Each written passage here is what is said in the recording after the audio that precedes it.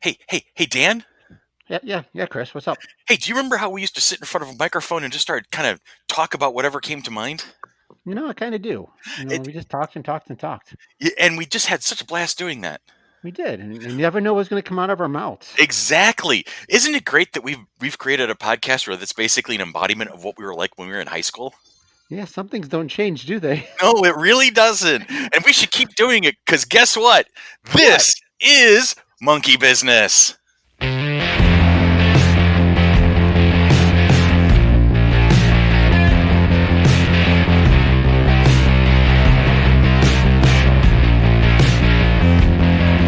From Rochester, the home of the ever-changing, reopening pandemic plans, the limited quantities of Fresca, and whatever happened to Tab. This is FC3 Monkey Business, your one-stop shop for everything geeky. And if you love it enough, we are going to have it for you. So, starring Chris Frank, Tanya Metris, and Billy Vittori, here is Chris Frank. Are you having an issue with Fresca lately? Is that something that I wanted to give you the impression of here? My coworker Anita absolutely loves Fresca, and it's good. It's one of my favorites. And she loves Tab. So Okay. those are the two things that she drinks. I can't give you a tab until you buy something. Whatever. So I don't think I've had Tab since I was like very small. So she was looking for something refreshing to drink for the summer because she just wanted something after she had her hip surgery and things like that. So she's like, it's just like I really want Fresca. Really want it. I'm like, and we couldn't find it. Couldn't find it whatsoever. I've always gotten it at Wegmans. Yeah, well, she lives. Her daughter lives right around the corner from that Wegmans off of Maiden Lane, and she went. They sent her daughter to both the Wegmans and the Tops. Nothing. They have the 2 liters, but they don't have the cans.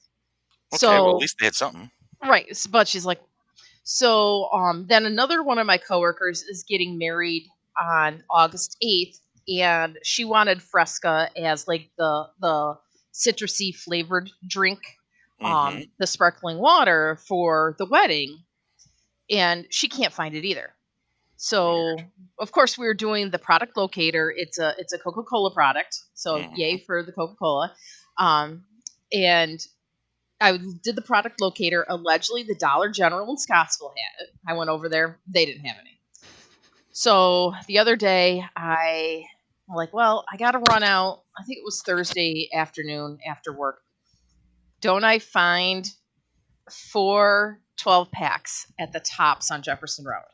I'm like, woohoo! Stock up time. Like cha-ching, and it was buy 2 get 2 free. So that was even better. So of course, and the Coca-Cola rep was right there, and I'm like, he goes, "Oh, can I help you find something?" I'm like, "Yeah, I'm looking for the Fresca in cans."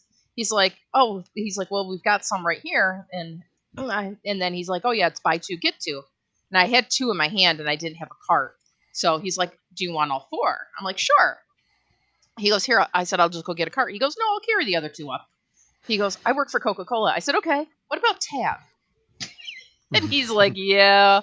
And the one guy said that they're not making it right now because of just the pandemic, and they can't get, I think, ingredients for it or something like that. Or I'm like, I don't know.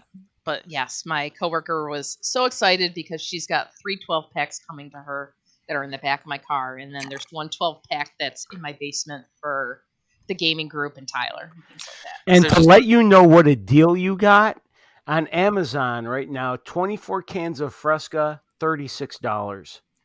Yeah, I spent $20 for, was it 40 cans? Mm-hmm. Yeah, 48. So, yep. It was like $19. So that's it. If you want to buy something cheap, hang out with Tanya. She's the shopper.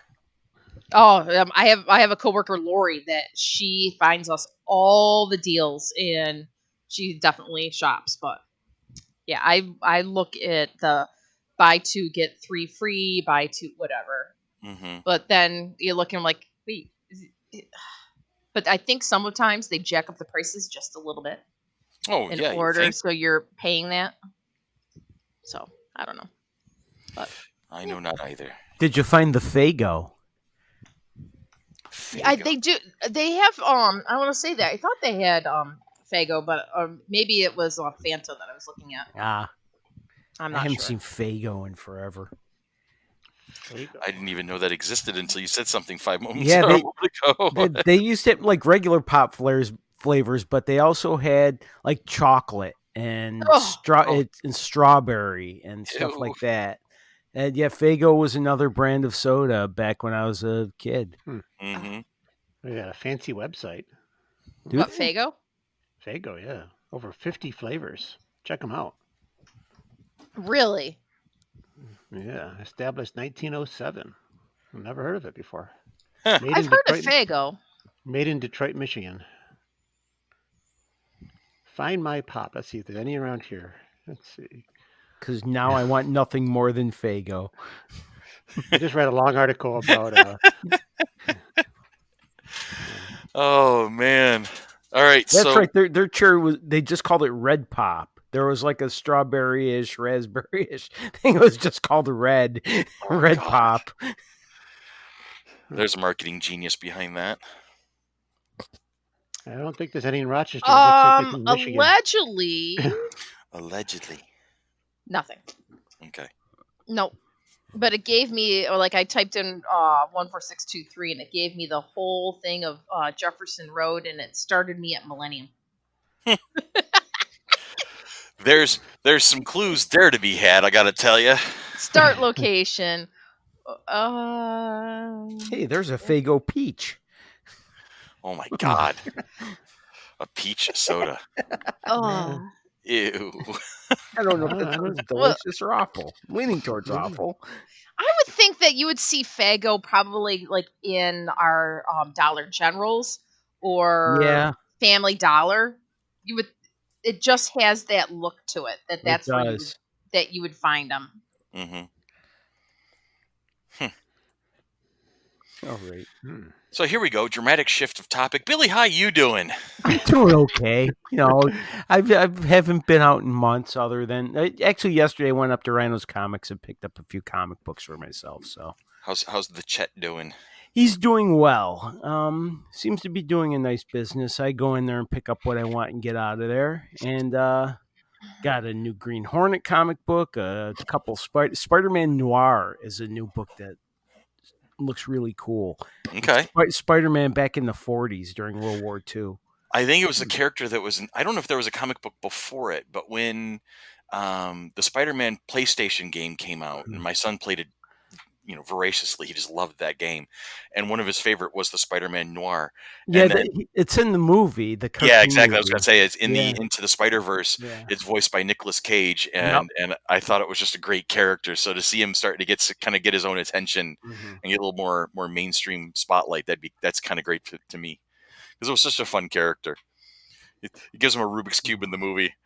I don't understand this thing, but I like it. So I've been just not doing much of anything. Watching TV and reading and listening to music. Although today I'm going to be doing almost the exact same thing I was planning on doing a year ago on this date, because today is Kevin Smith's 50th birthday. Yes, it is. And he announced last year that for his 50th birthday, he wanted to do a show at Carnegie Hall. Mm-hmm. He was planning on doing a show at Carnegie Hall. So we started making plans on going to New York City so that we could go to he was going to do like a signing at the Secret Stash in the morning, and his Carnegie Hall show that night. Mm-hmm. And obviously that's not happening now. Right. So instead he's doing a live streaming show that starts at 5:00 this afternoon, our time, 2:00 his time. 50 years, 50 questions. Oh, cool. Where he's going to do a Q&A, and the way he answers questions, it could take all night. It could take days with the way, because he takes like a half an hour to say hello sometimes. So I bought my ticket to the streaming show yesterday, awesome. And at 5:00 this afternoon, I will be attending the live stream of 50 years, 50 questions. That is cool. Well, happy birthday to Kevin Smith. Mm-hmm. Yes. So this is the 2nd of August as we're recording this, Sunday the 2nd. Mm-hmm. Okay. August Not to 2nd. mention, I forget we're not live. Yeah, that's all right. Live from New York, it's Sunday morning. Sunday morning. Yeah, no, that's a thing. All right. Oh, I know How what are you, August 2nd Chris? means. I'm fine. It was a tough night the other night. It was. The kids were all kind of doing their own thing, and so I was kind of sitting in front of the computer for the umpteenth time at night. And everybody was kind of busy or just doing their own thing. Or by the time I was really kind of settling into my own head, most folks were actually asleep at that point. Right? I've done that for sure. And I'm just kind of sitting there, kind of going. I'm mentally climbing the walls and just kind of having a really. But you sleep it off, you move on. Yesterday did a lot around the house. Mow the lawn, did the shopping, started cleaning up the second floor a bit. So being every day kind of domesticated, productive. And so that kind of helped, get you out of the funk, snaps in. Do you do the thing that I tend to do where you just keep refreshing Twitter and Facebook, hoping to find something new and really interesting? Yes, exactly. I've done that. I've been in that trap. And, with the whole, Dan and I have been surfing TikTok. We send videos to each other every so often. And I've been finding so many really clever and creative people and just having so much fun actually kind of like just watching and commenting on other people's stuff. So when this whole the president's going to ban TikTok nonsense popped back up again, it sent the big time creators into kind of a panic. So they're starting their YouTubes. They're making sure people know where their Instagram is. They're reaching out. They were doing lives the other night. I can usually go on a TikTok and once in a while I'll see a little icon. This person is live up in the top. Well, that night, it was Friday night. There's just rows and rows. This person is alive. I'm like, oh shit! Everybody's reaching out to their fan base. A lot of people. One creator I was watching, he's just saying that it felt like the last day at camp. Yeah, that's what. Oh my god, yeah. And so I'm checking in with them and I'm chatting with a couple of them and and then I'm jotting notes down and I'm checking bios and so I'm finding their YouTube pages and I'm linking up with them. So in case the weirdness does happen and TikTok gets shut down, which to me screams petty and legally impossible, whatever. Then I'd be able to keep following some of these really cool creators. So so that was some, we'll put quotation marks around it, excitement, in quotes, Friday evening and then Saturday kicked in and I did the whole mundane, shopping and checking up on various things around the house. I cleaned my room like a good boy on Saturday, and I tore it all apart. And I'm vacuuming corners where I found not so much dust bunnies, but dust moose, right? That collect under your bed when you're not looking. Stuff like that, and moving on. And of course, here we are on Sunday, and TikTok is still live and strong. So, all the machinations of those who think they know what they're doing high above us don't seem to be going anywhere as usual. But can I say I'm officially freaked out? I just refreshed my Facebook, and turns out 2 years ago today, I was in Red Bank, New Jersey, and there are a bunch of pictures of me with Kevin Smith. So this is kind of a thing for you now. The past couple of years, it's Kevin Smith Day, and that's a high holy day in the Church of Billy. But I just mentioned it, and I opened my Facebook, and there we are. It's almost like my Kindle was listening to me. Well, it is. Yeah, it is.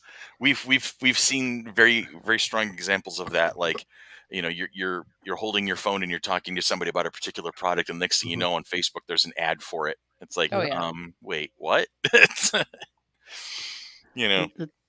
Which always makes watching you. Yeah. I just if you'll pardon me making another veiled kind of political commentary, as I have done on several occasions in the past. There's people who actually believe there's the conspiracy theory that actually exists that when the vaccine for the coronavirus comes out, they're not going to take it because it's just the government's way of trying to microchip you.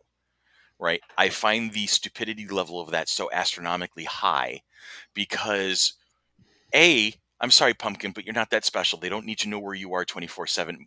And B, they already do because of your presence, because of your Facebook, because of your bank records, your pizza orders, the things you've bought on Amazon, the things you've bought off of any webs. They already have all of the information they need. The actual chip in your debit card that they call a microchip. Exactly. Right. Why would they try to jam something like that into you which it's mind-numbing to me that people actually think that's legit. It's like, Yeah, I'd be really? impressed if technology was that good where they can make chips that small that fits into a vaccine. I Right? mean, I didn't You know we know, were that and far, that so and I'm that could be kind of impressed read technology-wise. and that could be read from miles away because Right. you know some guy is not going to show up in a black van and just hold up a weird wand to you and then Make you press a forget. button and then walk away. Exactly. Yeah. You know, not so much Well, make you forget, but just tracking you. I mean, well, maybe in the middle of the night, these little chips, they walk out, they find an internet, they plug in, and then they upload your information, then they see, call don't back into say your things body. like that. People will believe that, Dan. We're in an era of time right now where people will believe that. If they believe me, we're in trouble. You'd be Well, it's like surprised.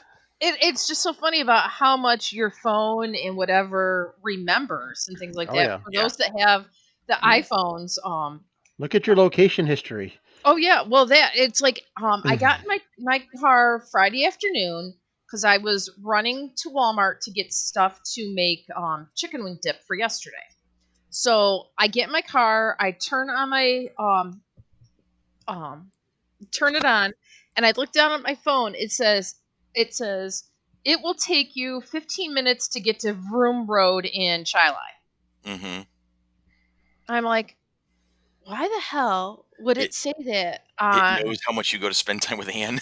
Well, see, the thing is, it was about this time last week that I went to Ann's in order to get the chicken wire to help Sean start the chicken coop, and that's when I met you out there at around 6 o'clock with Juno, and Athena got to play and things like that. But yeah, like all of a sudden my vehicle knows on whatever days how long it takes me to get to someplace. Well, Like it suggests to you on tomorrow, Mondays. It suggests to you on Mondays how to get to my house. yeah, it'll say how long it takes. Now, come September, it'll tell me how long School. it'll take to get to Dance Connection at Okay. night. Yeah. If I get into my car at like say 6 o'clock, it'll tell me or whatever how long it takes to get me someplace. But yeah, it'll take me in the morning. It like I got in yesterday. I was coming from McDonald's or whatever in Chilai, and it says it'll take you such and such time to get home, or it'll take you such. I'm just like, yep. So it truly knows where you are and where your location is. And so you don't need to be microchipped because you carry your microchip with me. Yeah. These smartphones are pretty smart. Oh yeah. And I don't even have the find my friends locator on. Like I can find my mom, but she can't find me. Only because she stalked me one day when we were in Florida and followed my dot the entire like hour and a half that we were out on a boat. Because that's not creepy. Yeah. So I said no. So like, but I'm like, I can find her right now. It was like last week, we didn't podcast, but all of a sudden I'm like, I was doing something and I'm just like, I was about 10 something and I got a notification that my parents ring. They set the alarm at the house that it's armed, home and away and armed or whatever. And then I'm like, okay, it was at like 10:42 or something. I'm like, okay, I've got about 20 minutes before they get here. Blah blah blah blah blah. I clicked find my friends. My parents were in my driveway. My dad had forgot to set the alarm, so he set it from his phone. They were actually in my driveway, so I had to like. I'm like, oh, hi. Yeah. I'm like trying to find where she is right now. Oh, they're on 5 and 20. That's funny. They're not at their house. They are going up 5 and 20 towards 390. Oh, nope, not so 390. They're like going towards Lima. Like I said, it's just why would you think that's actually legitimately a thing that would work when you have and or necessary when we all have everything else, you know? It boggles my imagination. It really does. I mean, I think that's the biggest thing that's come out of that's the biggest side effect that's come of this pandemic. You have the terrible thing that people are getting sick and people are passing away from this virus. But you also apparently this virus is causing an exponential level of stupidity in the majority of our populace. And more paranoia. Yeah, paranoia and stupidity. I mean, you got the people who just deny that it exists, and so they're doing whatever they want carelessly as possible, and leaving this burden of of trying to figure out how to do the right thing on the shoulders of the other, we'll call it half the populace. And so you have the stupidity gets dumber because they're like, oh, see, we're fine. We're resistant to this, and everything's fine. This is all a hoax. And the other half, they're like, you're not getting sick because we're trying to keep you, safe, you idiot. So it's this balancing act between two extremes, which seems to be the definition of America these days, the definition of extremes. That's been our problem. There's no middle ground in America right now. Well, here's the thing: is there's plenty of middle ground in America. There always has been, but the middle ground usually has just got its head down and is going about its business and wants to be left alone. Yeah. And then you have on the extremes are the people who talk and scream and yell. And they've gotten louder and louder. Yeah. And well, the internet's given them a platform, so why not? Let's use it, right? Yep. Anyway, I love it when we get political. It's always fun. Next on Life with Lonsberry. On a side note, has anyone ever watched the primitive survival videos that are on Facebook? Like the kid who built a brick yes. hut from scratch, like Adobe yes. and everything and whatnot? Exactly. Now, there's one, build the most deeper underground water slide house to underground swimming pool. Wow. And as I'm listening to you, I'm scrolling through Facebook and I'm just like watching him carve this columns. It kind of looks like the Colosseum type thing with the architecture on it. It's just so amazing what he does with just a flat pick, so to speak. The thing is I've seen some of his videos where he's done like the introductory stuff, and he doesn't talk. He doesn't explain himself. He just starts. No. He just films himself going to work, and he's gone in. I mean, it's like watching Minecraft in reality because he's walking in with nothing. He starts from scratch, and within a couple, I know it's like a condensed. It's usually a half an hour video, but he doesn't do everything in a half an hour, obviously, but within a few weeks worth of work, suddenly he's got basic stone tools. He's got a hut. He's got shelter. He's got a fireplace in this damn thing. He's figured out how to make fire. He's done all of this stuff. And it's like, this guy, holy cow, that's I know. That's talent and intelligence and determination that I don't have.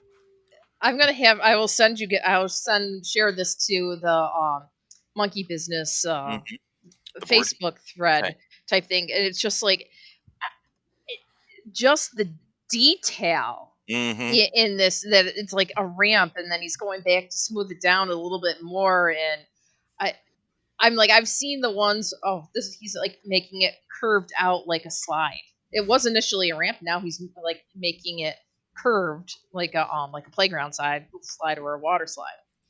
And I've seen the other things that they've done where they've had a hut and they've built the pool around it, and it's just amazing about what they can do.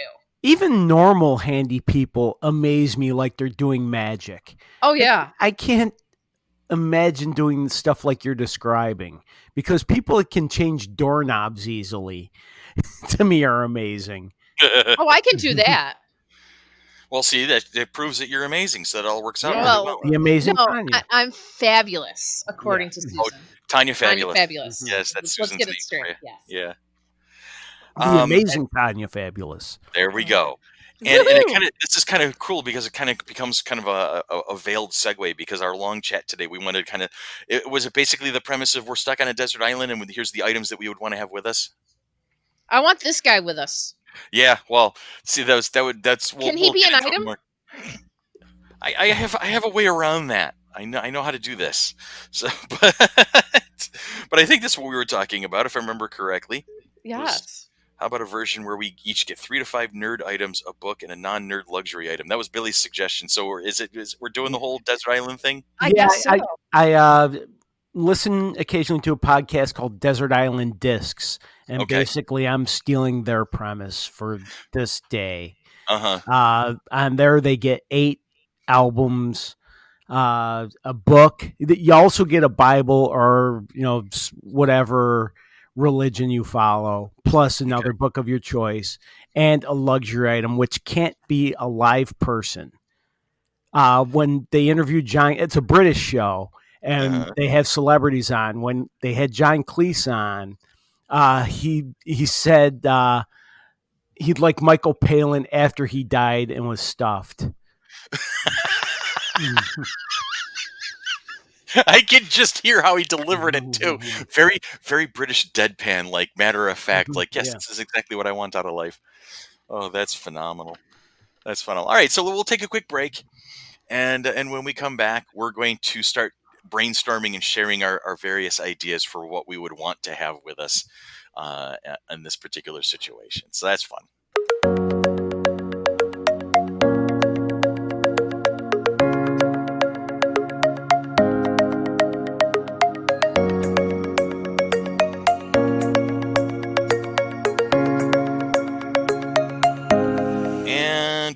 Are back, ladies and gentlemen. I don't know if we've ever done this before in a podcast setting. I know we've joked about this in the past, but the whole "you're on a desert island, what do you want to have with you?" question. Have we ever touched on this before? I don't think so. Maybe it's like a question of the week, maybe briefly in passing or something. Yeah, kind of a thing, or made a joke about it. But so today we're going to do a not so serious delve into, okay, you're stuck on a desert island. What would you want to have with you kind of conversation? How about a version where so we'll just pick like a couple of items a piece, maybe a book, and then we have to make a specific, because when we were in the break, we were talking about it and nobody was like coming up with anything. So I'm going to challenge us to say a non-nerd luxury item. So like 4 or 5 different things here. But everything is nerdy if you love it enough, Chris. That is a catchphrase that I'm familiar with. Yes. So that's going to make it extra challenging. Maybe it's not something you love, just something you know you're going to need. Oh. Because it would be considered a luxury item. Yeah. A non-nerdy luxury. So we all crashed in or stranded by ourselves, right? Yeah, because by ourselves. Here's what I know is if Tanya, myself, Billy, and Dan ever were stranded together on a desert island, we would all die quickly because we were either A, we would get in each other's way, or we would just sit around talking and laughing, so we wouldn't actually remember to do the things that were important, like find food and pretend. Yeah, we'd be the worst at Survivor. I know, my God, the 4 of us, that would be insane. Be a Survivor team. That would be hilariously good fun. We'd be out after the first episode, but we would be having a great time. We don't want to build a hut. Come on, let's just. I know, we're going to sit over here and talk because we're good at that. Let me see. I would be building the hut because of my Boy Scout background. I think I would want shelter and shade. Mm-hmm. So, and I am not above needing to do some hard work in order to get that. See, I've been trying to debate just how seriously to take the logistics of a desert island when we have these things. Like, I'd like the ability to listen to podcasts. So does this island have Wi-Fi so I can download podcasts? Well, no. Okay, so let's do this. Let's modify it so the 4 of us are together because that seems to be more entertaining.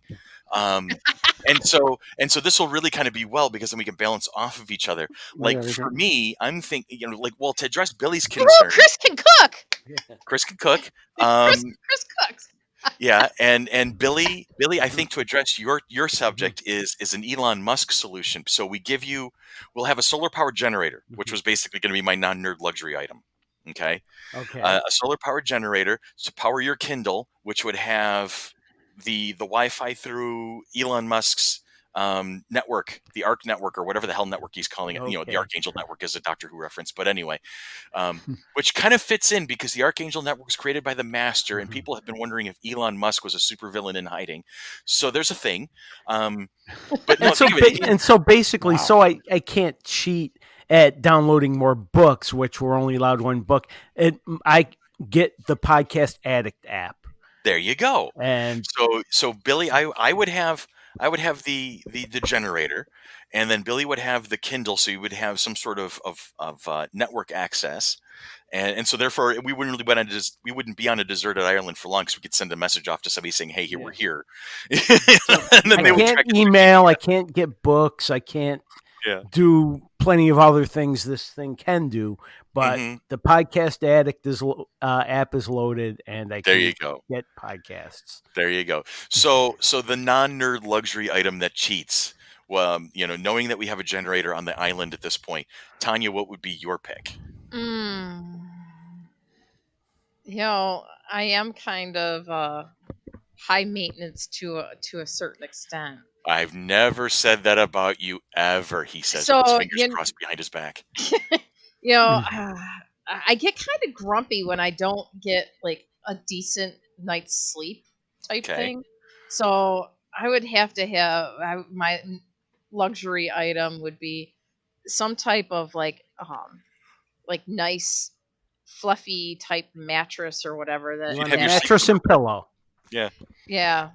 You'd have your sleep number bed. I don't know if it would necessarily be. It could be my sleep number bed, or something that would allow me to kind of sleep, because I kind of like curve into a hammock, but I don't want like one of those rope hammock type things, because your foot gets caught in it and whatever. So I don't know. Those chrysalis hammocks are nice. Yeah. So it's something a nice. Yeah, we'll say my sleep number bed. Okay. So I would definitely need your solar power generator for that, because it has to be pumped up and pumped down. So yeah. And Daniel-san. I don't know. I was going to say a large pop-up tent there, but maybe need a cabin. I don't know. That was something that we would start building. And that's where I was wondering about the logistics. Does some stuff just automatically come with it to make our lives easier? Like, do we get housing and so we're pulling on full and Gilligan's food? Island Yeah, at this point. Yeah. I don't know. We'd be leaning on Mr. Eagle Scout a lot, I think. Can we pull Sean in as part of our deserted island crew? No, he's not on the podcast, and he's not a non-nerdy luxury item. So we can't bring Sean. This reminds me, I have a friend named Brian. I want to bring Sean's skill set. Well, then that could be your luxury item, is having Sean's skill set, and then you can build yourself a bed, a sleep number mattress, because he's that clever. He probably is. I was talking to a friend of mine. You just reminded me of a conversation I had recently with a friend online, where we're talking about the pandemic and actually how low Rochester's numbers are and how good we're doing here is compared to almost everywhere else in the world, or the United States at least. And he goes, it's like we're on Gilligan's Island here. We can't leave. They can't come in. We've got plenty of coconuts. But, I would have to get used to coconut water very quickly. I don't. I hear it's disgusting. Yeah, I cannot stand the taste of coconut. It's like I like coconut as a flavor, just not the water. Yeah, yeah. My ex is big on that. She loves the coconut water, and really, I didn't know anyone that loved it. Yeah, no. She had some health issues, and it did help. Kind of circumvent certain things so that she could get that that extra hydration and whatnot. She swore by it. She would have me try it every so often. I'm like, no, it just wasn't working for me. I hear it's good for you, but so I'm wondering. I don't like the texture of the shredded coconut that's on cakes and things like that. Yeah, ew. Yeah, ew. But Daniel-san, you have not yet answered the item question, have you? No. Sorry, I had to step away for a minute, but he's looking through his house for ideas. No, I was being distracted by other occupants of the house. Oh, I see. Small ones. Little larger than the furry ones. Yes. Okay. I'm like, Zoe, where's your podcast cat? No, she's hiding somewhere. But yeah, no, it was more of a 2-footed variety, a small person. Okay. But Daddy, Dada, Father, Daddy. Yeah, so I kind of missed what you guys were just talking about. Well, Tyler just came through the basement to grab a Coke, and he kind of waved at me, and I'm like, "Hi, kiddo," or whatever.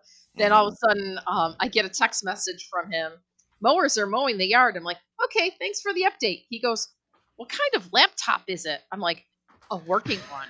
Man, his thought patterns, I can't keep up with them. The way that boy's brain works, it's like, wait, what? It's just like firing off questions after he goes, what kind of laptop is it? I'm like, a working one. So we should have him ask us questions because he'd be all over the place, right? Oh my God. He would love it. That would be a perfect combination. Us who cannot keep on a particular tangent and him that cannot ever find a tangent to begin with to keep on. Well, it's like when he knows that we're podcasting or whatever, he'll come through and he's like, we still have Jason Font coming, right? I'm like, yes, Jason Font is still coming. He's like, then he gives me a thumbs up. Okay, good. And then he goes off. I'm just like, he goes off and does his thing. Like, no, he wants to know what brand of laptop that I ordered. Tyler's laptop is probably, I want to say 6 or 7 years old. It's and it finally gave up. Yeah, Mark tried to work on it. There was something, and I know Chris, you had his other one at one point. And, I ended up throwing that one. I know I recycled that one because there was no hope. And somehow I don't know what happens that sometimes he gets 2 different antivirus programs running on it, and I think it conflicts with each other. And then something happens where it says you need to restart Windows, and then Mark ended up uninstalling everything for us on it a couple years ago, and then got it all set back up, whatever, and then it just did it again, where it says, you need to restart Windows, and he goes, I can't restart the stupid computer! So well, he called here's me the thing, yesterday is in a panic. He likes several, and I have evidence of this because I tried sorting out his old laptop at one point. Common denominator is him, yes. Him. It's PepCAC. Problem exists between chair and computer because he just willy-nilly downloads things he does not ever pay attention, like every other kid does, right? Yeah. Kids just go pell-mell through things. If they're technically inclined, they'll maybe pause and take a look and figure out what's going on. But it says, you've got 20 viruses. You have to click here to whatever. Yep. And so he does without even stopping to think that maybe it's just a ruse. But no, he just goes ahead. And so, no, my luxury item would not be Tyler or his computer. No, I know, but it's funny. But Dan, right now we've been hitting the luxury items first. All right, so I'm bringing the solar powered generator that can convert sunlight into electricity, so that we can power Billy's Kindle, so that Billy's Kindle can have his podcast addict. So we'll have some sort of entertainment or contact with the outside world. Tanya has decided that instead of benefiting everybody, she just wants her air mattress. Okay, she wants her sleep number bed. It's a king size, so. Oh yeah, okay. So you can see all 4 of us piled in there togetger like a Beatles album cover. It'll be like the Three Stooges, where one of us goes, the other one goes, beep, beep, beep, beep, beep, beep. I'll honestly tell you, I on my side of the sleep number bed, it's like once I get in there, I only roll back and forth and flip from left side to right side. I don't move. I don't migrate across the bed, so there's plenty of room. If you get one of those Alaskan King or Wyoming Kings, they're like huge. An Alaskan King or a Wyoming King? I've never heard of those before. Oh, but look it up. California King. A California King, they're longer, but the length is longer than a standard king, but it's a little narrower. It's because it's for tall people such as you. There we go.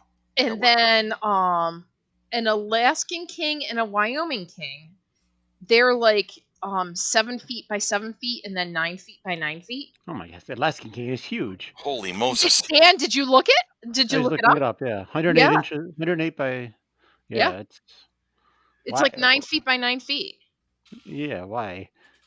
Well, it's funny because during the school year in January. Okay, no, hang on. I got a proper theory about this. Alaska.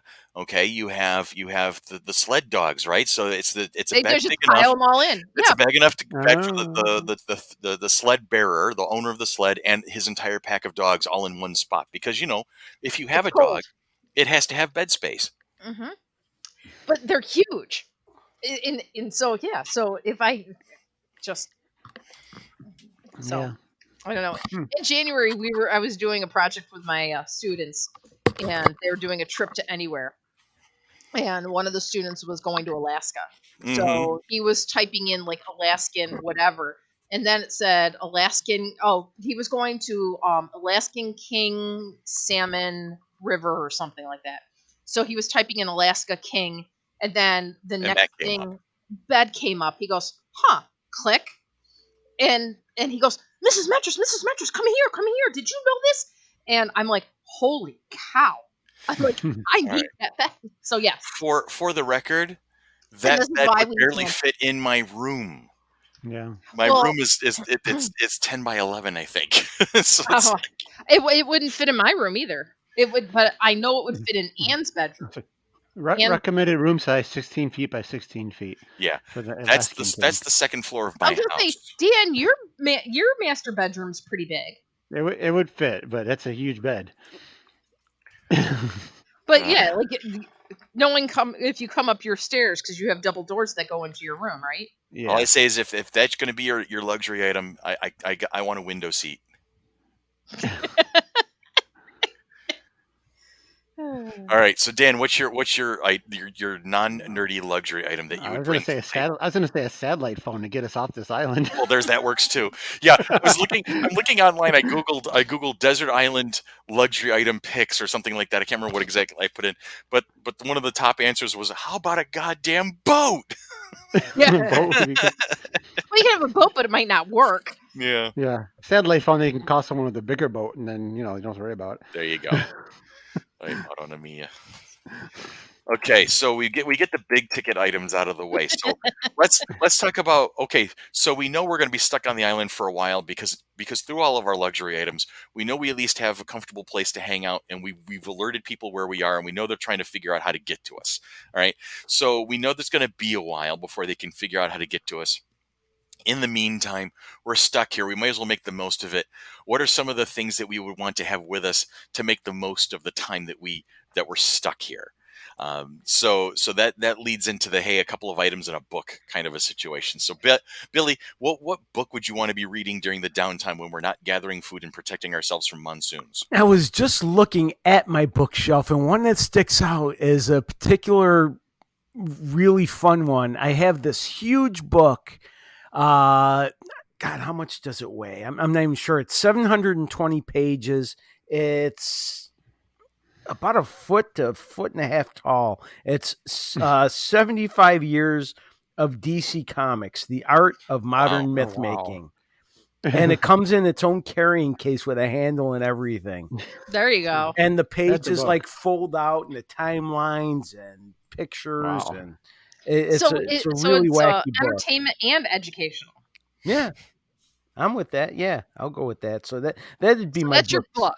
Yeah, let me pull it up on Amazon. It is the product dimensions 12.5 by 3.5 by 18.25, and it weighs 14 pounds. Oh, jeez. That'll keep you occupied and out of trouble for a while. So it's a windstorm. Where's Billy? He's under his book. It's holding him down. Exactly. And I have the Marvel version too. There's a company named Tashin. I think Ann has the Marvel one. It's 75 years of Marvel from the Golden Age to the Silver Screen is the name of the Marvel one. So nice. But I'll take the DC one. I read more DC. So okay. All right, Tanya. The book I would have with me is The Deeds of Paxtonarian. I don't think I've heard of that one. By Elizabeth Moon. It follows the story of a sheep herder's daughter or sheep farmer's daughter, who he's trying to marry her off to the farmer's son next door or whatever, but she's like, nope, and she goes and joins a mercenary company and ends up becoming mercenary, warrior, paladin, whatever. It's like kind of medieval, fantasy D&D type thing, and it's like 3 books in one. It's pretty thick and chunky. It's one I've read probably like 4 or 5 times already. That would keep you busy and out of trouble. So that one, yeah, that would keep me busy for a little while. So that would be the book that I would have with me. All right, Daniel-san. Trying to decide here because. And then I could share my book with other people. I mean, I can go. I could go for like the complete Far Side collection. Oh, that's a good one. That's like a 20-pound collection too. Yeah, that's. Or I could do something like the Stand. Use a book to read. Put it in. So I don't know. I guess when we're stuck on an island, I guess something more like the Far Side, you want to laugh, right? Yeah, that's true. Instead of the one about the end of the world. Right. Yeah. I got complete opposite there, right? Or Lord of the Rings is a good one too. Mm-hmm. See, you'd have access to it because that was going to be my pick. Okay. Oh, Lord of the Rings. We're all going into the big, epic books because we know we're going to be stuck here for a while. So, Lord of the Rings. If I couldn't have my Lord of the Rings, then I would go for the entire Hitchhiker's Guide to the Galaxy series. Okay. The 6-book trilogy. Mm-hmm. Yes. The 6-book trilogy? Douglas Adams was very particular about making sure that people understood that Hitchhiker's Guide to the Galaxy was always a trilogy, even though after he wrote the 4th and eventually the 5th. I remember getting the collection when it was only a 4-book trilogy. Yeah. Mm-hmm. Okay. Yep, it's Hitchhikers, it's Restaurant at the End of the Universe, it's So Long and Thanks for All the Fish, and then Mostly Harmless came out.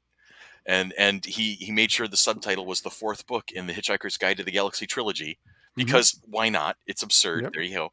And is there another book after Mostly Harmless? I thought that was it. I thought it was his 4-book trilogy. I want to say there's a 5th. I really do. I'm not sure why, but let me look it up. I'm freaking on the computer. Christopher, think it through. All right. And luckily, to fit our rules, those do all come in the one big collection, the big book with all the stories in one. All the stories in one. Hitchhiker's Guide to the Galaxy. Here we are. All right. Oh, and another thing was this sort of the Life Universe and Everything. I forgot that. Oh yeah. That's right. That's the fine. And then So Long and Thanks for All the Fish is the 4th book. Mostly Harmless is the 5th. And then Another Thing. So the 6th book does exist. And Another Thing. And Another Thing. And Another Thing.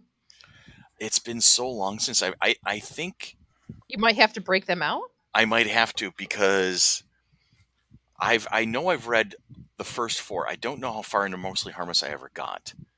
I know I read Actually, I'm looking right now. The ultimate Hitchhiker's Guide by Douglas Adams, which doesn't have that last one you mentioned, but it has plus bonus stories. Zaphod plays it safe. Young Zaphod 832-page leather-bound final omnibus edition. 5 series novels and 1 short story. And how much is that? I don't know. All right, so And Another Thing is actually being written by Owen Colfer, who wrote the Artemis Fowl series. He was commissioned in 2008 to write the 6th installment entitled And Another Thing with the support of Jane Belson, Douglas Adams' widow. The book was published by Penguin Books in the UK and Hyperion in the US in October of 2009. Okay. And I'm seeing another 6-book set. What is the Salmon of Doubt? I don't think I've heard of that one. I know that's I haven't. That's new to me, too. The Salmon of Doubt? Yeah, Douglas Adams, The Salmon of Doubt. And there's a picture of a fish in space or something. That's the Hitchhiker's Guide to the Galaxy 6-book set. It's a posthumous collection of previously published and unpublished. Okay. So I have books that I have to read again. Its major selling point is the inclusion of the incomplete novel on which Adams was working at the time of his death, Salmon of Doubt. Consists largely of essays about technology and life experiences, but it includes the incomplete novel that he was working on. Interesting. It originally intended to be a Dirk Gently novel. Okay. That makes sense. Set a few weeks after the events in the long dark tea time of the soul. Involves Dirk Gently refusing to help find the missing half of a cat.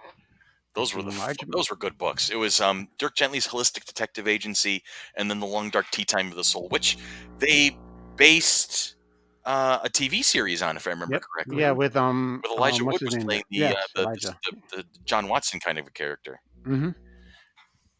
Yeah, I watched those. interesting. I'm sure it was. What platform was that on? Was that a BBC thing? It was BBC. Okay, as it should be. Mm-hmm. Oh no, one of my penguins fell over. Hang on. Oh. There we go. I fixed it. I can honestly say I haven't read Hitchhiker's Guide to the Galaxy. Oh, it's an experience. It is. Is it like a Monty Python experience? Well, here's the thing. Sort of. Oh, okay. Thanks, Billy. I mean, it really is a very crystallized version of British humor, right? So if you're into British humor, then this is definitely something that would appeal to you because there's a certain absurdist quality to it. There's times where he goes off and throws out a tangent, and you're like, where, what, you know? Oh, so just like us. Exactly. But it's where Monty Python is one thing that doesn't fit after another. They just assault you with absurdity. There's actually a story and a plot and consistent characters in Hitchhiker's Guide to the Galaxy that take you all the way through this journey. I mean, now along the way, it's just you scratch your head from time to time, but then there's also plenty of like little one-liners and moments where you're cracking up. I remember the first time I read that book, I think I was like 13. Yeah, that's 14. About the age. Yep. Yeah, and I was crying. I was laughing so hard at one point. And then when I found out there was another one, okay, great, Restaurant at the End of the Universe. I have to read this book. And then, okay, great, The Life, the Universe, and Everything. And you get to the climax of Life, the Universe, and Everything, this huge 3-book journey you've been on. And it happens, and you're like, what? You know? But it all fits. Yeah. So in a strange, absurd way, but it's very interesting. Yeah, I mean, Monty Python is a bunch of basically short sketches. Right. These are stories. So it's yes. And here's the thing: if you watch any classic Fourth Doctor, Doctor Who, there is a large chunk of it where you're going to get Adams level humor. Most of the Fourth Doctor's sense of humor came from Douglas Adams because he was the master script editor. He was one of the chief writers. He wasn't the showrunner. He wasn't like the Russell T Davies or the Stephen Moffat of the era, but he was one of the chief writers, right? And so a lot of his Hitchhiker's Guide to the Galaxy sensibility is in the Fourth Doctor, and a lot of people attribute that to why that character is so popular because it was so oddly funny. You know, he would have these serious, lethal moments, but the Doctor had this perfect, disarming thing to say that you just never expected, and that was Douglas Adams at work. Just be able to deliver that. I mean, deliver what he writes. I mean, come on. And Tom Baker was the perfect actor to deliver Douglas Adams' writing. You know, so it's this great combination of sequence of events. And see, here we are. We're still on a desert island, and we're having this conversation. Right. Well, we're going to have time to talk about this on the desert island. Good thing we have the book. Exactly. Think of it. We have Billy's Kindle, so we can record all of these conversations, and we can call it the Desert Island tapes. Yeah, there you go. Exactly. Then release them on the podcast and download it on Podcast Addict. Oh my God, that's amazing. That is awesome. Okay, at this point, don't mind me. I'm just going to snuggle in for a nap and just listen to you guys. Okay. In your giant Alaskan king size bed. Yep. Ship from Wyoming. Nice and cozy and warm in a tropical island, so it's already like 90 degrees out. But she's all cozy in her bed under. I didn't say that I had like 20 blankets on me. I just said I didn't say that either. I'm picking on you because I know what you have all tucked away. So, and that's we need a volleyball. Yes, and name it Wilson. Yes, Wilson. And so whenever something goes wrong, we can all just blame Wilson. There we go. Wilson did it. What else do we need on an island? Okay, so those are our books. That was just the books. We just did our books and we did our luxury items. Maybe for the sake of brevity, we each pick one nerdy item. I think let's just we'll do a couple and just rifle them because these are the minor items now. Okay, this is the nerdy item. Well, my nerdy item, in order to keep myself occupied, which would help with you three also, is my D&D collection. There you go. So I have my dice, I have my books, I have whatever, and some figures. We can definitely keep ourselves occupied for a few hours. I mean, we could use shells and stones for and little sticks for miniatures. So that's the beauty. I wouldn't even necessarily need the miniatures, but would having the D&D books conflict with the one book limit there, or is that a collection of books? No, because this is my nerdy item. This is not my reading item. You know what I mean? Besides, the D&D book itself doesn't tell the story. You have to tell the story. It's a tool. Right. All right, we'll get it. Well, see how we worked that one. So we'll take maybe the Pathfinder book because there's not as many. So I don't know. Yeah, one core rules Pathfinder book will keep you occupied. Actually, you know what? The 5th edition player's handbook's not too bad either. So. We'll just make up the stats for all the monsters. You. It's got a 20 kajillion armor class. Yep, I'm not hitting that. I rolled a 42. You missed. Wait, what? All right, so your D&D collection is your item. How about you, Dan? Do Legos count? I would love that. Sure. Can I bring a giant box of Legos? Giant box of Legos. That would be fantastic. The things we could do with a giant box of Legos. We can make the scenery for the. There you go. See, it all fits together. It all fits together. All right, so a box of Legos, a D&D collection. Billy, I'm going to be practical and still nerdy. I'm going to bring a bin of my nerdy T-shirts to keep us all in clean shirts for a while. There you go. That works. Woohoo! That works. That works a lot. I like that. All right. I have to think this one through. Okay. I want the MacGyver limited edition Swiss Army knife. Okay. There's silence. I'm just trying to picture it. I'm trying to decide if that's a real thing or it isn't. I'm making it up at the top of my head, but I'm thinking, all right, I want a Swiss Army knife because we'd obviously need the tools. And it would have to be MacGyver. I make a MacGyver reference and therefore it's nerdy.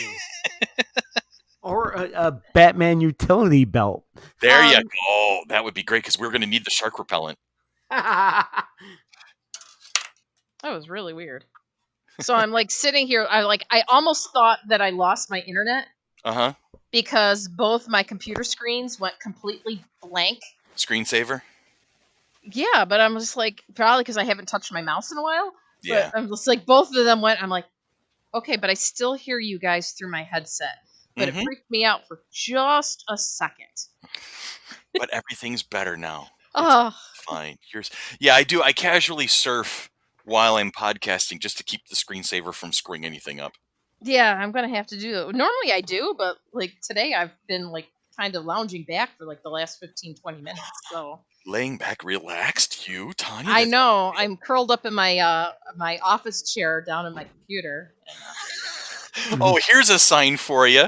I'm in my home office, right? And I'm doing, for the first time in a while, I'm actually up and pacing around because I normally do that when I'm on the phone. That's my thing, is getting up and pacing around. So I pick up a stack of papers off the corner of my desk, and what's underneath it? My 30-year-old copy of The Hitchhiker's Guide to the Galaxy. It knew. It's a sign. It's a sign. It's that Facebook algorithm. It heard you. And it just miraculously appeared. And this copy, you can tell I've read it several times because this thing is falling apart. There's pages sticking out because they're coming out of the binding, and it's a soft cover copy that I bought at B. Dalton Bookseller. Oh my God! Over 30 years ago. Jeez. So there you have it. I think it's time to replace this copy of the book, but I'll do that soon. Anyway, I'm going to read this copy first. So, okay, so we have T-shirts, we have Legos, we have D&D, we have a Swiss Army knife, we have a portable generator, we have a Kindle, and we've got a big, huge honking bed, and what else did we have? D&D stuff. Yeah, no, I already said that, but I can't remember what Dan's luxury item was. His big ticket, weird item, cool, non-nerdy item. Did you even come up with one, or did we tangent away from that? Did I say a giant tent? giant tent. Well, yeah, but then but then we'd probably have a cabin, so you changed it to a satellite phone. Satellite phone. A satellite phone. That's right. Dan went through a couple of different options before he settled in on one. Now, I'm going to hypothesize that because right now signs and portents are a thing that's happening because the Hitchhiker's Guide to the Galaxy showed up again. We're going to take our break in a moment because this has been a fun conversation and we've been at it for a while. We're going to come back. We're going to do our question of the week. And I guarantee it's going to be, if you're stuck on a desert island.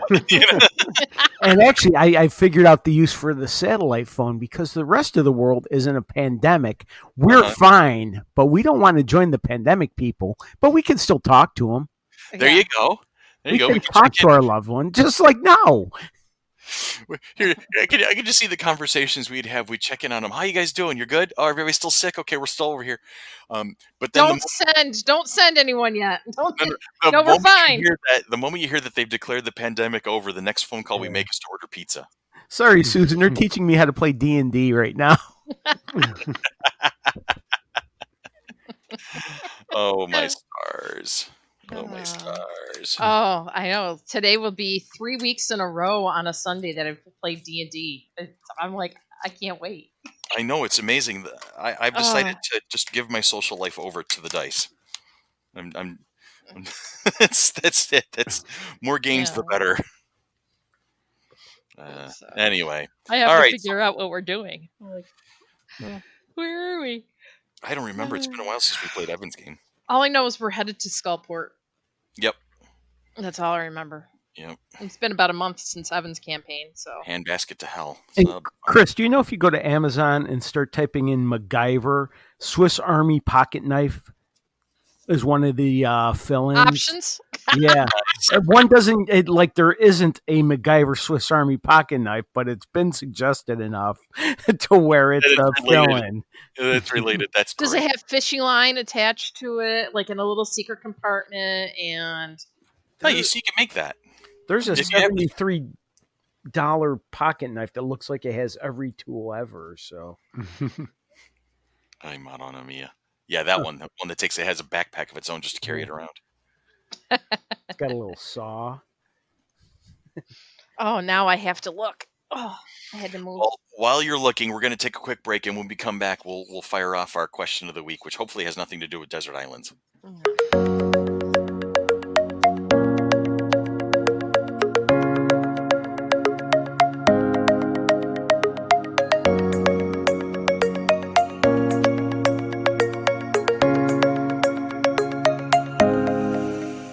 All right, and we're back after a slightly longer break than we expected it to be, but it's probably not that long for the listener. That's good. I like the way that editing works.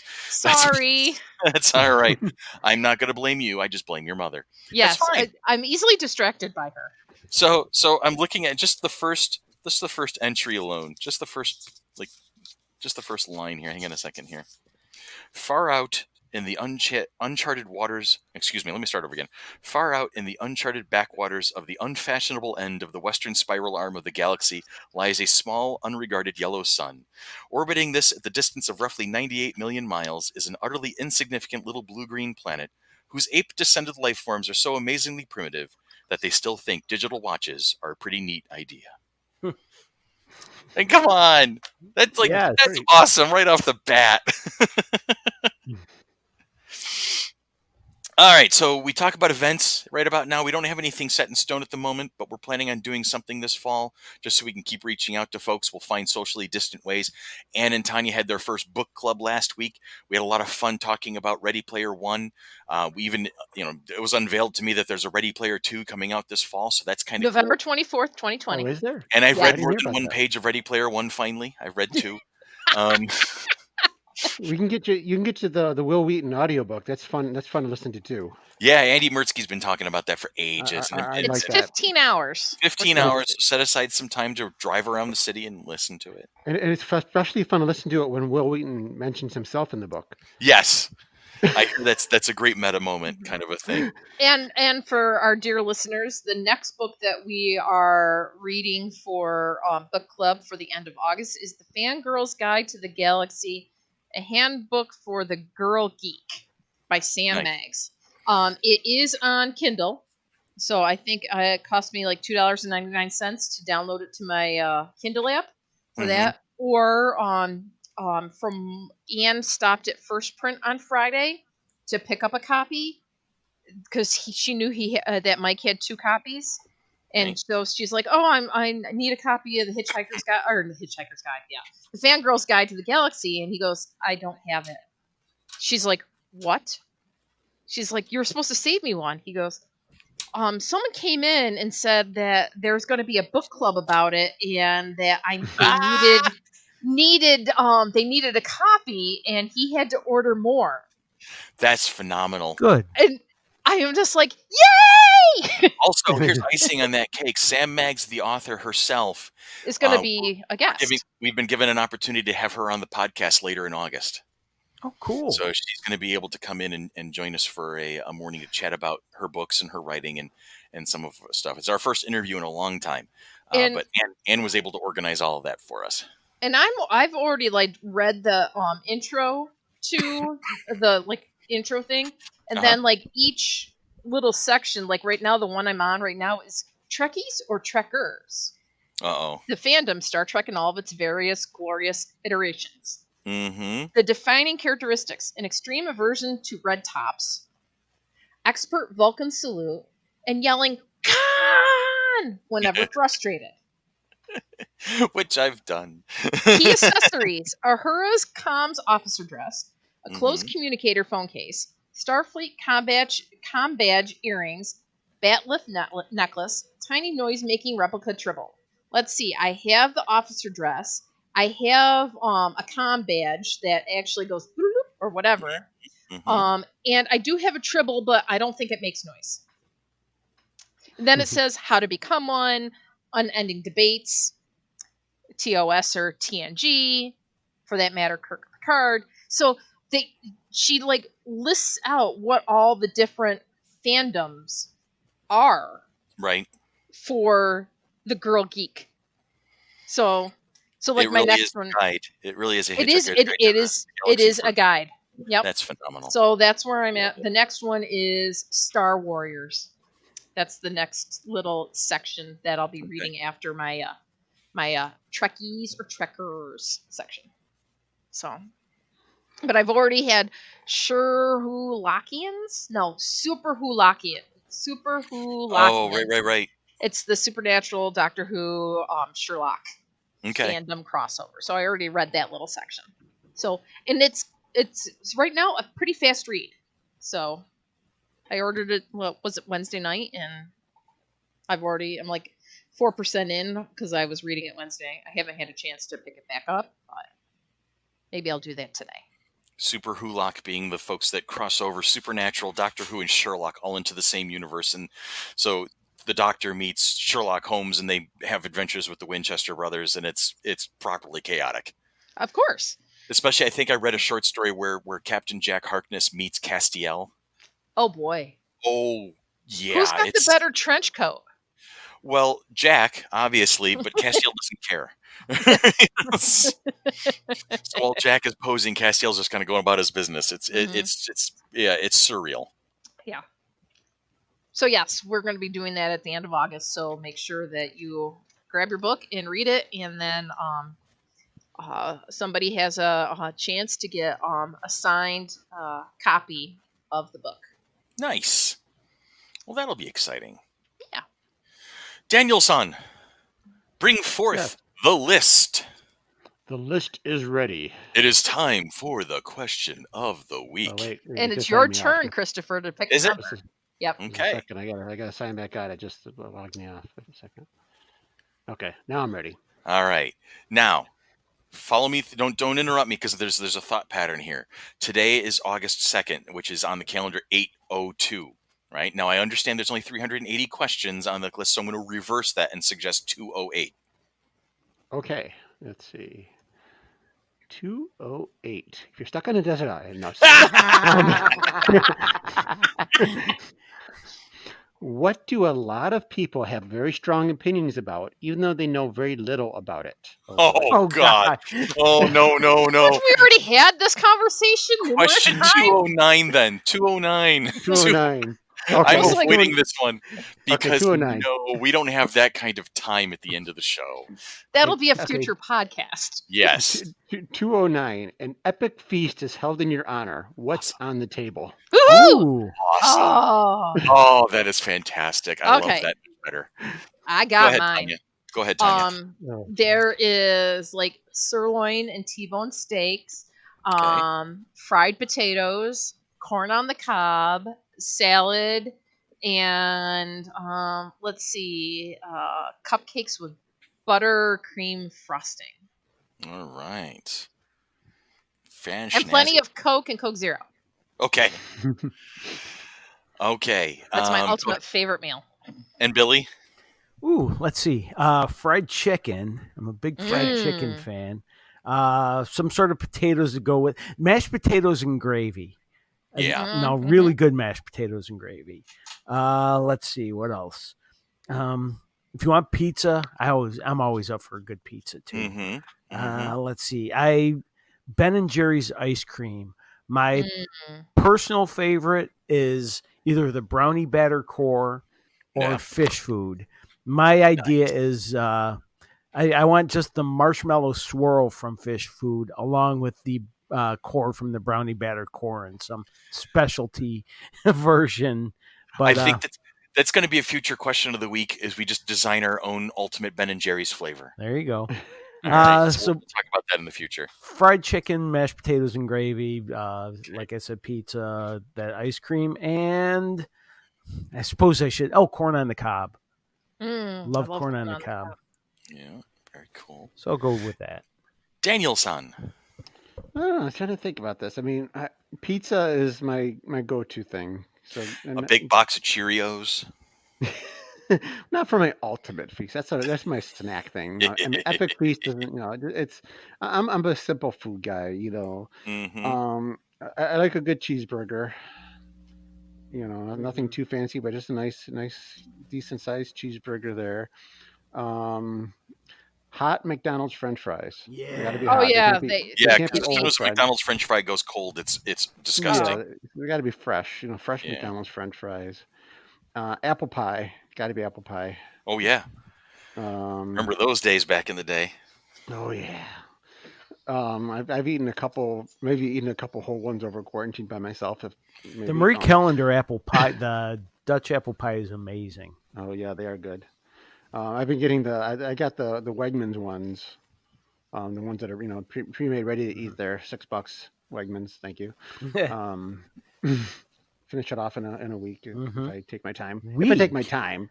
What I'm kind taking of my slow time. eater are you? I'm trying to. He's savoring it. Yes, I'm trying to spread it out. Long gone are the days where Dan and I used to basically sit at my mother's kitchen table. We would get one of those instant pies and a 2-liter of Sprite and kill it off in a sitting while just solving all the problems of the world. That's right. But how many times we do that over the years, man? I can't even count anymore. Jeez, I don't know if I could do I don't know if I could do the whole thing in a sitting. Not anymore. But we've done it. I remember I used to get the cheap frozen pizzas and just devour those things too. They're like cardboard thin, and it's just the Tony's pizzas, right? They still have those? Yes, they do. They're not much to them, but you could just devour the whole thing. Anyways, and so apple pie and some ice cream. Try to be chocolate, probably chocolate peanut butter ice cream. Guess what today is? What's today, other than August 2nd? Ice cream sandwich day. Ooh. Nice. All right. Well, then I'm going to try to pick up some on my way to your house for gaming tonight. I see 2 chocolate chip cookies sandwiched in regards sandwiching a chunk of vanilla ice cream. It looks delicious. Ice cream sandwich awareness day. Today is also Friendship Day. Ooh. Well, I'm aware of my friends too. I love my friends. Yeah. And your friends love you too. They do. Yes. Despite themselves. They know better. Okay, so just reread the question again, just so I know I'm not going completely off kilter with it. An epic feast is held in your honor. Okay. What's on the table? My 2 favorite things, when I hear the word feast, there's my 2 favorite things that pop into my head. My favorite holiday of all time is Thanksgiving, because it's really not much of the politics, and I mean, families have their squabbles, whatever. I get all that, but there's no commercialism behind it, right? You don't wait for Black Friday sales to get ready for Thanksgiving, So, and it's family and friends all around the table, eating, having a grand old time, discussing things, chilling out. I know Thanksgiving's kind of in danger already because this year is just weird, right? And it's going to be odd because there's not going to be as many people around. But but Thanksgiving has always been my favorite. And then I'm also a big Renaissance Festival nerd. So take the ultimate turkey leg. Turkey legs aren't that authentic, and I really don't like them that much. But anyway, but you take the best of a medieval banquet and you mesh it with Thanksgiving, and you lay this freaking table from all get out together. So you have roasts, right? You have your roast, lamb and pig, and you have the boar roast. You have all of the vegetables, and you have the side dishes and everything, all just strewn across everything. And the mead is flowing, and the wine and soda and water, whatever you want to have, is all flowing. But the best part about this image in my head is all of the friends and family gathered around the table and just partying. Because if it's an epic feast in my honor, then it's probably like a birthday kind of a thing. And then all of the important people like you guys, and all of my immediate friends and family would all be gathered around this table. So not only would it be the ultimate menu of all time, it would be the ultimate batch of everybody that I give a damn about. And of course, key lime pie, because that's a thing. And, but that as soon as Dan said that question, I'm like, I've got this vision in my head, and it's like the most coolest moment ever. Do you picture the big dining hall in Harry Potter? Yes, absolutely, because you would need that. You would need that. That would be a thing. So there's my answer. Grand Funk Railroad, all full tilt boogie of it. So yeah, and the cool thing about it is that's actually feasible down the road. I think something like that would actually that would be kind of a thing. Maybe that's it. Maybe that's like a ultimate plan. When like a couple of years down the road, some planning would be involved. Get a big old freaking hall, and make the ultimate Thanksgiving dinner, and base it off of medieval times. There's so there's an FC3 event coming down the pipe down there, I think, but it's going to take a couple of years to plan it properly. Yeah. First need a vaccine, and then that's the appetizer. Yeah. Oh man, now I'm going to perseverate over that for a little while now while I plan that out, because I think that'd be just badass. That'd be ultimately badass. Okay, so now, cool. So there's my answer. So, and that's a wrapperoo, because once I finish off the question of the week, we start moving on, and so this is when I start going, hey Dan, Dan, hey Chris, Chris, hit it, because this has been Mighty Monkey's Monkey Business, a product of the Mighty Monkey Corporation, purveyors and producers of the Flower City Comic-Con, coming at you April 24th and 25th of 2021 at the Total Sports Experience in Gates. Follow us on Facebook, follow us on Instagram, follow us on Twitter, follow us wherever we go, and we will lead you to where the entertainment is. Friends and family out there, you have a great week, have a safe week, and we will talk to you again next week. Done. I wait for that every time.